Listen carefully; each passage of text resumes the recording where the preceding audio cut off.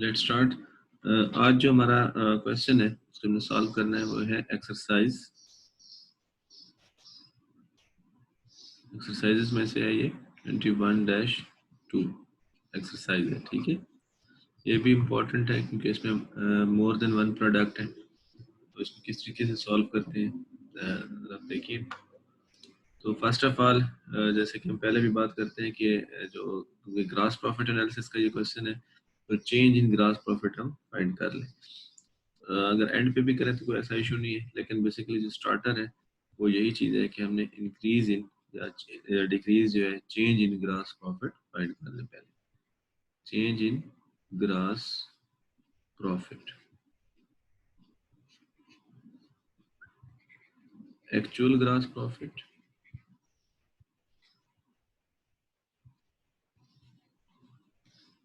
as compared to budgeted grass profit. ये अब हमारे पास क्वेश्चन है। The Summers Sporting Goods shop presents the following data for two types of racquetball gloves. Two types of racquetball gloves, leather and fabric. Basically यानी हम ये कहें कि gloves के हवाले से ये बात है, एक लेदर की ग्लव्स है और दूसरा फैब्रिक। ठीक है, फॉर 90A एंड 90B। ठीक है, अब इसमें हमने ये देखना है कि एक्चुअल और बजट किसको एंटाइटल करें ताकि हम इसको सॉल्व कर सकें। जो रिसेंट होता है उसे हम एक्चुअल ईयर कहते हैं, जो प्रीवियस होता है उसे बजट ईयर्स। अब देखिए, सबसे पहले ए आया, उसके बाद बी आया। बी मीन्स अब ये रिसेंट ईयर हो जाएगा, करंट ईयर हो जाएगा, और 19A जो है वो प्रीवियस ईयर हो जाएगा। 19B को हम एक्चुअल कह सकते हैं और 90A को जो 19A है उसको बजट ईयर कह सकते हैं या बजटेड डाटा कह सकते हैं। तो यहाँ पर उन्होंने हमें थोड़ा सा डाटा की जो डायरेक्शन है चेंज करके दी हुई है, बाकी चीज़ें वही है हमारे पास। सेल्स है, तो सेल्स को देखते हैं। दोनों जो है इनकी प्रोडक्ट्स हैं जो लेदर एंड फैब्रिक की। 19A की नंबर ऑफ यूनिट्स हैं, पर यूनिट्स सेल प्राइस है, उसके बाद उनकी टोटल सेल्स रेवेन्यू। 19A की यानी ये बजट ईयर है, इसकी कास्ट ऑफ गुड्स सोल्ड दोनों प्रोडक्ट्स की है हमारे पास। नंबर ऑफ यूनिट्स है, पर यूनिट है, और उसके बाद total cost of goods sold जो है ना इंडिविजुअल लेवल पे दी है। तो ये टोटल सेल्स रेवेन्यू है दोनों की तरफ से, ये total cost of goods sold है, और ये टोटल ग्रास प्रॉफिट है, इनका डिफरेंस। ठीक है, और दूसरा टोटल नंबर ऑफ यूनिट्स जो सोल्ड है according to budget to be sold होंगे वो क्या है 16,000। अब ये जो है हमारे पास 1.50, ये क्या चीज़ है हमारे पास, ये है basically average grass profit. This is average grass profit, यानी ये कैसे हमने कैलकुलेट किया हुआ है यहाँ पे। जो टोटल ग्रास प्रॉफिट है 24,000 डिवाइडेड बाय 24,000 डिवाइडेड बाय 16,000। जब आप ये कैलकुलेट करते हैं तो आपके पास यह क्या आ जाता है, एवरेज ग्रास प्रॉफिट। ठीक है, तो ये हमें ज़रूरत पड़ती है कहीं कैलकुलेशंस के अंदर, ये आपको पता हो कि ये हमें ऑलरेडी कैलकुलेट करके दे दिया गया है। उसके बाद ये एक्चुअल डाटा है बेस्ड ऑन दिस कि सेल्स नंबर ऑफ यूनिट्स कितना है हमारे पास। ठीक है, सेल्स के एक्चुअल यूनिट्स कितना है हमारे पास, और एक्चुअल सेल प्राइस क्या है हमारे पास, टोटल सेल्स रेवेन्यू क्या है हमारे पास, total cost of goods sold क्या है, और पर यूनिट कास्ट क्या है। ठीक है, और उसके बाद एक्चुअल ग्रास प्रॉफिट हमारा क्या है 32,000, ये नंबर ऑफ यूनिट्स है 32,000, और उसके बाद ये एवरेज ग्रास प्रॉफिट है 32,000 डिवाइडेड बाय 32,000, तो कलर 1। रिक्वायर्ड जो है as usual price and volume variances for sales and cost, then sales mix and final sales volume variance. तो अगेन वी स्टार्ट किया है, ये सबसे पहले हम change in gross profit find करेंगे। तो हम देखते हैं कि हमारे पास जो एक्चुअल है 19B को हम स्टेटस दे देते हैं एक्चुअल ईयर का, और इसको स्टेटस दे देते हैं बजटेड डाटा का। ठीक है, तो एक्चुअल ग्रास प्रॉफिट अगर आप देखें तो ये 19B का है, तो एक्चुअल ग्रास प्रॉफिट इज $32,000, और बजटेड ग्रास प्रॉफिट हमारे पास क्या है 24,000। तो जैसे कि आप देख रहे हैं कि actual gross profit is more than budgeted, तो increase in gross profit, increase in gross profit which is $8,000. अब इसी चीज को फर्दर एनालाइज करने के लिए हम डिफरेंट वेरिएंसेस यूज करते हैं, जिनको हम स्टेप्स भी कह देते हैं, वेरिएंसेस भी कह सकते हैं, जिनमें नंबर 1 उन्होंने हमसे पूछा हुआ है कि सेल्स प्राइस वेरिएंस और सेल्स वॉल्यूम वेरिएंस में लिख रहा हूँ। उसके बाद दूसरे नंबर पर cost price variance and cost volume variance, then sales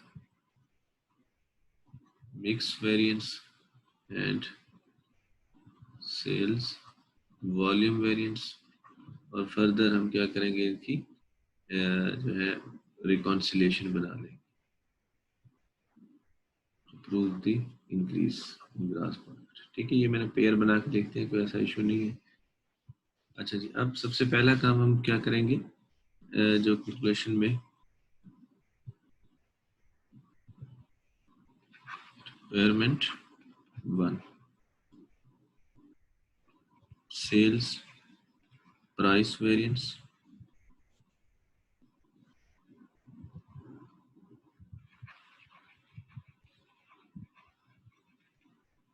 ये वही अगेन रिपीटिशन है फार्मूलाज की, तो आप जरा देखें, इन पे कोई मुश्किल बात नहीं है। ये actual quantity sold into actual price, यानी एक्चुअल सेल्स प्राइस। ठीक है, तो आप यानी ये जितने एक्चुअली हमने यूनिट्स बेचे और उनकी जो एक्चुअल प्राइस हुई, तो वो डाटा हमें देखें ये दे दिया है कि हमें कैलकुलेट करने की भी जरूरत नहीं है। यहाँ पे आप देख सकते हैं 240,000, यानी आपने 32,000 यूनिट्स बेचे और उनकी टोटल सेल्स रेवेन्यू एक्चुअली क्या हुई, 240,000।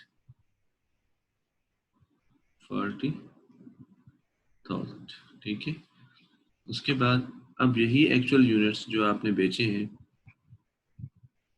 स्टैंडर्ड के मुताबिक इनकी सेल प्राइस क्या होनी चाहिए, सेल प्राइस जो है तो टोटल रेवेन्यू क्या होनी चाहिए। ठीक है, तो ये हमारे पास क्योंकि दो प्रोडक्ट्स हैं तो हम कैलकुलेट करते हैं। एक हमारे पास जो है लेदर की ग्लव्स है, एल ग्लव्स लिख रहा हूँ यहाँ पे मैं, और दूसरा हमारे पास है फैब्रिक ग्लव्स, तो एफ ग्लव्स लिख रहा हूँ। अच्छा जी, एक्चुअली जो है लेदर के जो ग्लव्स हैं वो 12,000 है, और फैब्रिक के जो है वो 20,000 है। तो इनको हमने मल्टीप्लाई करना है बजटेड सेल प्राइस या स्टैंडर्ड सेल प्राइस। तो बजट के मुताबिक इनको कितने में सेल होना चाहिए, आप यहाँ देख सकते हैं कि 19A में लेदर का जो ग्लव्स है वो $8 में सेल होना चाहिए, और जो फैब्रिक का है वो $4 में सेल होना चाहिए। 8 एंड 4, ये बन जाएगा 12 8 आर 96,000 एंड ये 24 आर 80,000। सम अप करते हैं दोनों को, तो ये हमारे पास बन जाएगा जी 6 9 8 17 176,000। ठीक है, तो अब हम यहाँ देख सकते हैं, देखो कि जो एक्चुअल सेल्स रेवेन्यू हमारी वो ज़्यादा है, जबकि स्टैंडर्ड के हिसाब से हमारी सेल्स रेवेन्यू कम थी। तो ये जो है ना हमारा जो वेरिएंस होगा वो क्या होगा, फेवरेबल होगा। कितना फेवरेबल होगा ये वो भी कैलकुलेट कर लें।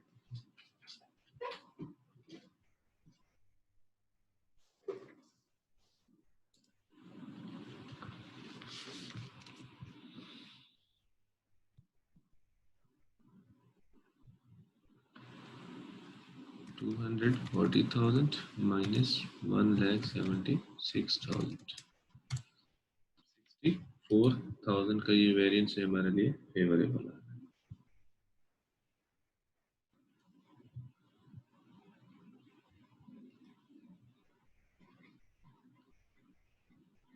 ठीक है जी, ये हमारे पास जो सेल्स प्राइस वेरिएंस है फेवरेबल आ गया। उसके बाद हमारे पास है जी sales volume variance.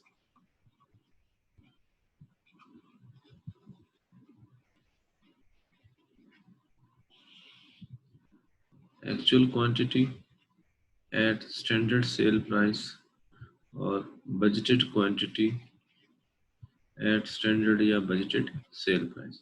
Actual quantity into standard sale price ये हमने अभी कैलकुलेशन की है 176,000। सेम यही वाली कैलकुलेशन हमारे पास रिपीट हो रही है, ठीक है। और budgeted quantity into budgeted sale price या स्टैंडर्ड सेल प्राइस, यानी बजट के मुताबिक सेल्स रेवेन्यू टोटल कितना है। तो यहाँ पर आप ये देख सकते हैं बजट के मुताबिक सेल्स रेवेन्यू है 96,000, यानी budgeted units at budgeted sales price. तो टोटल सेल्स रेवेन्यू बजट के हिसाब से 96,000 जो है ना वो हमारे पास है।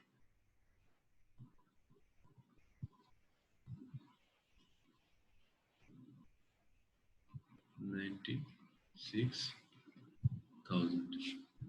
तो यहाँ पे भी आप देख सकते हैं कि हमारे पास जो वेरिएंस है 176 माइनस 96, 80,000 का जो है वो फेवरेबल अगेन हो रहा है। अच्छा, ये जो फेवरेबल अब मैं यहाँ पे कह रहा हूँ क्योंकि फार्मूला में हमने कोई ऐसी बात नहीं लिखी हुई, अब कैसे फिर ये एज्यूम कर लेते हैं कि ये जो है ना हमारा वेरिएंस फेवरेबल है। देखो एक्चुअल क्वांटिटी जो हमने सेल आउट की है वो है एक प्रोडक्ट के 12,000 यूनिट्स है और दूसरे के 20,000 है। तो देखो एक्चुअल क्वांटिटी हमने 32,000 यूनिट्स बेचे, वॉल्यूम में ये। और बजट में हमने दोनों के 8,000 यूनिट्स रखे हुए हैं, इसके भी और इसके भी। तो मीन्स ये 16,000। वॉल्यूम अगर हमने ज़्यादा फैच किया है अल्टीमेटली हमारी सेल्स रेवेन्यू क्या है उसी वजह से बढ़े, यानी वॉल्यूम हमने ज़्यादा अचीव किया तो ये अच्छा किया, इस वजह से ये वॉल्यूम वेरिएंस क्या है फेवरेबल है, ठीक है। तो इस तरह से ये हमारे पास वॉल्यूम वेरिएंस और सेल्स और प्राइस का, यानी सेल्स प्राइस और सेल्स वॉल्यूम वेरिएंस हमने कैलकुलेट किया सेल्स के पॉइंट ऑफ व्यू से।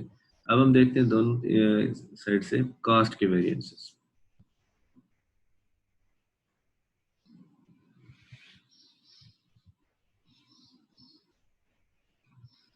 कास्ट प्राइस वेरिएंस,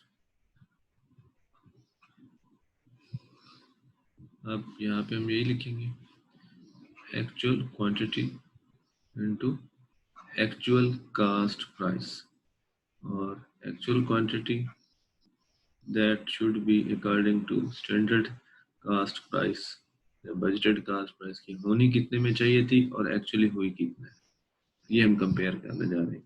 तो एक्चुअल क्वांटिटी और एक्चुअल कास्ट प्राइस हमें क्वेश्चन में अवेलेबल है। ये देखें cost of good sold actual data में देखें तो ये है हमारे पास 208,000। 208,000 ये हमारे एक्चुअल क्वांटिटी के जो एक्चुअल कास्ट हैपन हुई है वो ये है 208,000। और ये स्टैंडर्ड कास्ट प्राइस के मुताबिक होनी कितना की चाहिए थी। तो ये हमारे पास के जो लेदर के ग्लव्स हैं और जो फैब्रिक के ग्लव्स हैं 12,000 और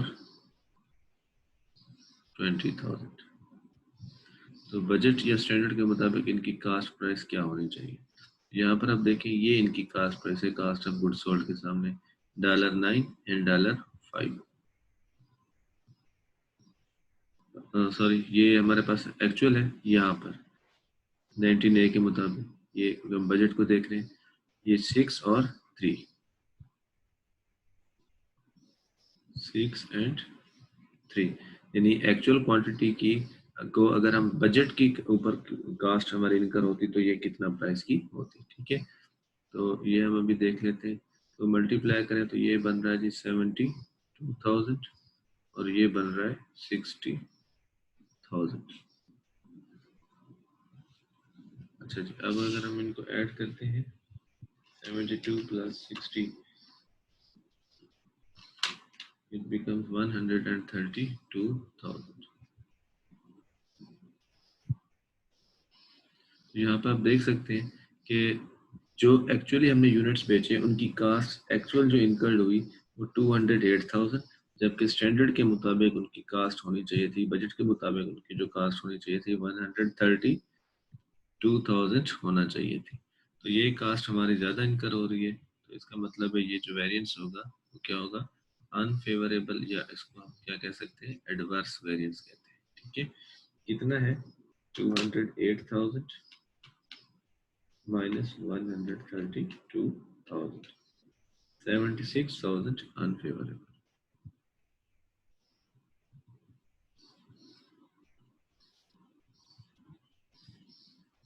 ठीक है जी, ये हमारे पास वेरिएंस आ गया कास्ट प्राइस का unfavourable.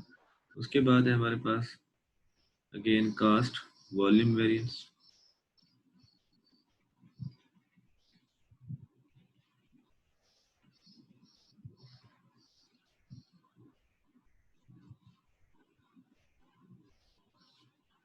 Actual quantity into standard cost price या budgeted cost price, and then हमारे पास जो बजटेड क्वांटिटी है इनटू स्टैंडर्ड कास्ट प्राइस या बजटेड कास्ट प्राइस। देन ये तो हमारे पास गिवन है, अभी हमने इसको सॉल्व किया इस चीज को, ये वही रिलेशनशिप है जैसे हम सेल्स प्राइस पे देखे थे, 132,000। अब बजट के हिसाब से यूनिट्स और बजट के हिसाब से स्टैंडर्ड कास्ट प्राइस। तो यहाँ पर आप देख सकते हैं ये हमारे पास कास्ट ऑफ गुड सोल्ड, ये बजट का ईयर है। बजट के मुताबिक हमारी जो क्वांटिटी है वो क्वांटिटी 16,000 और उनकी कास्ट जो है वो 72,000।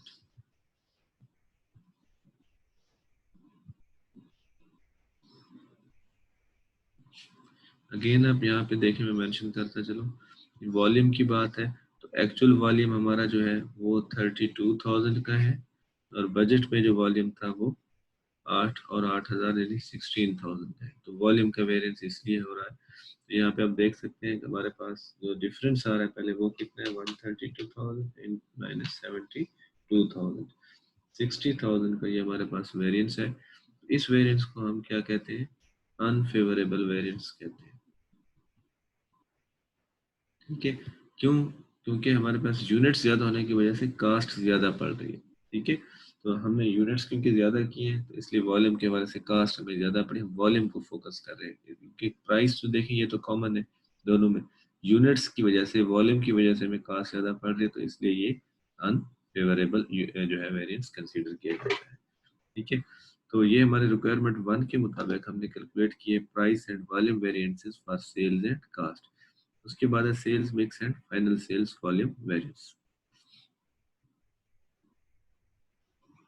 रिक्वायरमेंट 2, ये बेसिकली वॉल्यूम वेरिएंस की ही फर्दर जो है हमारे पास कह लें कि ब्रांचेज हैं कि हम क्या कैलकुलेट करते हैं, सेल्स मिक्स वेरिएंस। ये बेसिकली उन्हीं चीज़ों का ही फर्दर इन्वेस्टिगेशन है, सेल्स मिक्स वेरिएंस। इसके लिए हम आपको पता है कि एक टेबल सी बनाते हैं जिसमें हम सबसे पहले यहाँ लिख लेते हैं प्रोडक्शन, उसके बाद हम यहाँ लिख लेते हैं बजटेड ग्रास प्रॉफिट, उसके बाद average grass profit, difference in grass profits. ठीक है, उसके बाद हम क्या लिख लेते हैं, difference in units, difference in units in actual quantity और बजटेड क्वांटिटी। उसके बाद हमारा आंसर हो जाता है वेरिएंस का।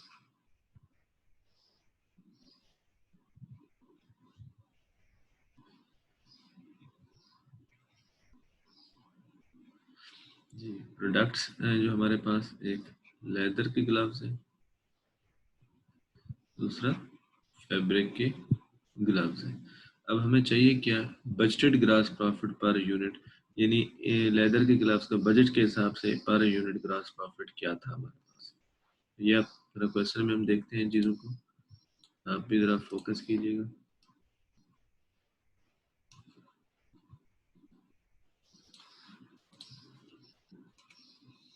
जी, अब ये देख लेते हैं। देखिए, बजट के हिसाब से जो लेदर की प्रोडक्ट है उसकी सेल प्राइस कितना है, 8, और कास्ट ऑफ गुड सोल्ड उसकी कितना है, 6 इन 8 माइनस 6 हमारे पास उस इंडिविजुअल प्रोडक्ट का ग्रास प्रॉफिट आ जाएगा। ठीक है, इसको हम अगर कहते हैं तो ये साथ इसके वर्कआउट कर लेते हैं। यहाँ लिख लेते हैं जी सेल, और इस तरह से लिख लेते हैं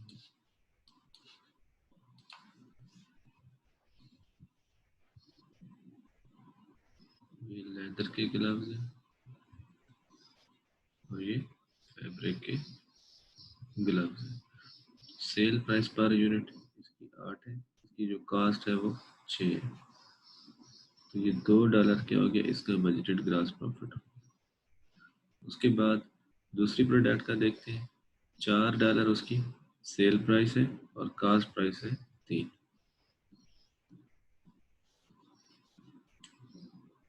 4 और 3, तो यहाँ पे जो ग्रास प्रॉफिट आ गया वो 1 आ गया। क्या लिखा हमने इसको, budgeted grass profit per unit. ये हमने एक वर्किंग कर ली। अच्छा जी, ये हमारे पास आ गया जी वन। अब एवरेज ग्रास प्रॉफिट, इसको कैलकुलेट करने की ज़रूरत नहीं है, ये ऑलरेडी हमने कहा भी है कि क्वेश्चन में गिवन है, डिस्कशन हो गया इसके ऊपर। 1.50 एवरेज ग्रास प्रॉफिट इज 1.50। 1.50।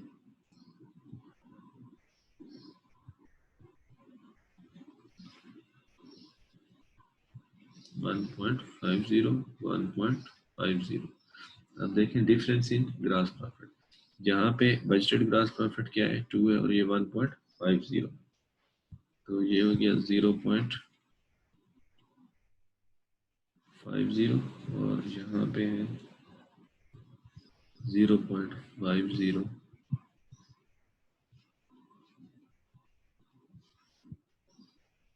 ये नेगेटिव। अब हमारे पास जो है डिफरेंस इन क्वांटिटी जो है वो हम देख लेते हैं कि वो कितना है।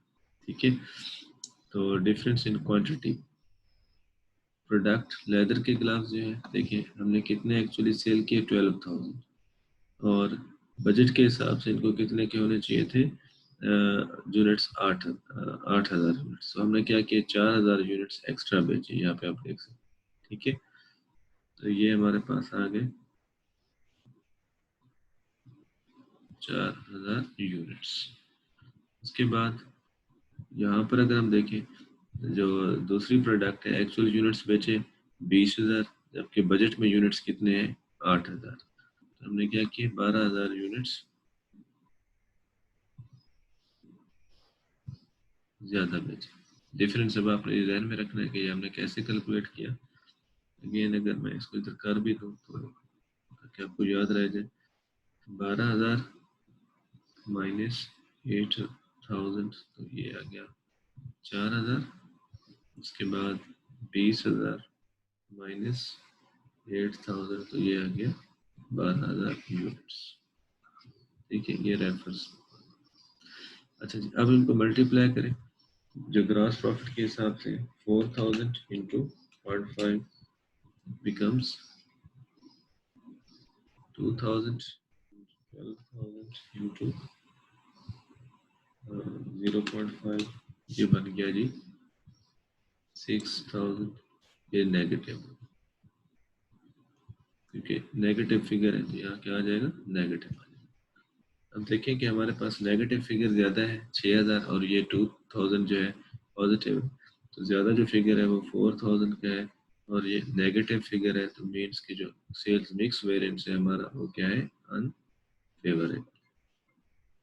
ये क्या है हमारे पास अनफेवरेबल है। उसके बाद हम देखते हैं जी next sales mix variance.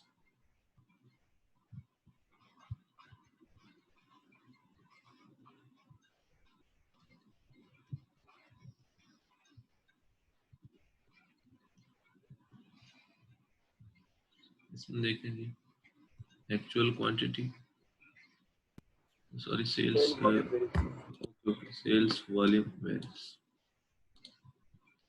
Sales volume variance.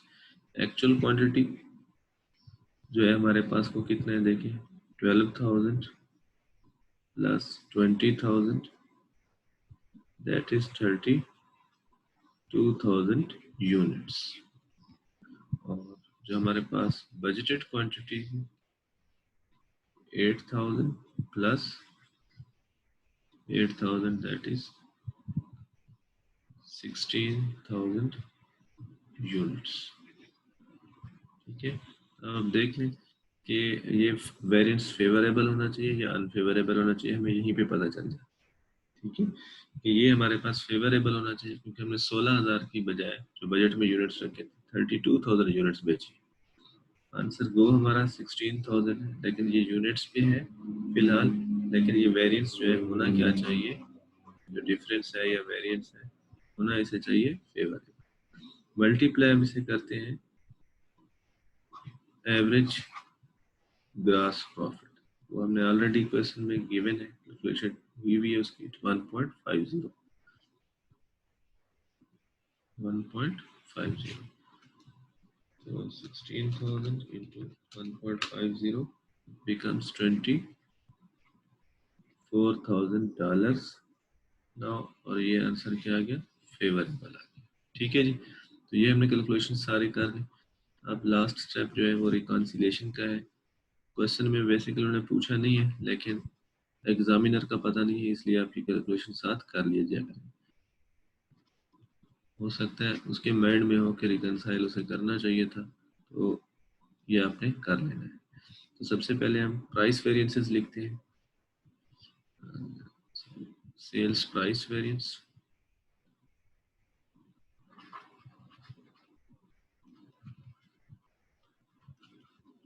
उसके बाद कास्ट प्राइस वेरिएंस।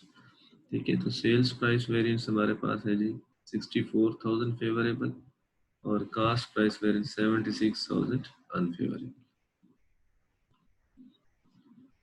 ये है जी हमारे पास 64,000 फेवरेबल और ये है 76,000 एडवर्स या अनफेवरेबल। अगर इसको हम नेट करें तो ये हमारे पास नेट अनफेवरेबल ही आएगा, 76 माइनस 64, तो ये है जी हमारे पास 12,000 एडवर्स आ रहा है वही। ठीक है, अच्छा उसके बाद वॉल्यूम वेरिएंसेस हैं, तो उसमें सेल्स मिक्स वेरिएंस और फाइनल सेल्स वॉल्यूम वेरिएंस, ये चीज़। तो सेल्स मिक्स वेरिएंस जो है ये हमारे पास देखिए 4,000 अनफेवरेबल है, नेगेटिव इसको कर लूँ यहाँ पे भी, सॉरी मैं इसको नेगेटिव भी लिख लूँ। और जो फाइनल सेल्स वाले वेरिएंस है वो 24,000 हमारे पास फेवरेबल है, एडवर्स है ये फेवरेबल। तो इस वॉल्यूम का जो नेट आ गया हमारे पास फेवरेबल क्योंकि आ रहा है, देखिए 24,000 ज्यादा है, तो ये 20,000 हमारा आंसर आ जाएगा फेवरेबल का। अल्टीमेट आंसर 12,000 नेगेटिव है, एडवर्स है, और 20,000 फेवरेबल है, तो अगेन आंसर हमारा फेवरेबल आएगा और वो क्या आ जाएगा 8,000 net increase in gross profit, net increase in gross profit. तो इन दिस वे हमने इस क्वेश्चन को कंप्लीट किया डिफरेंट कैलकुलेशंस के साथ, आप देख सकते हैं। तो अगर कोई क्वेश्चन है तो आप पूछ सकते हैं यहाँ पे।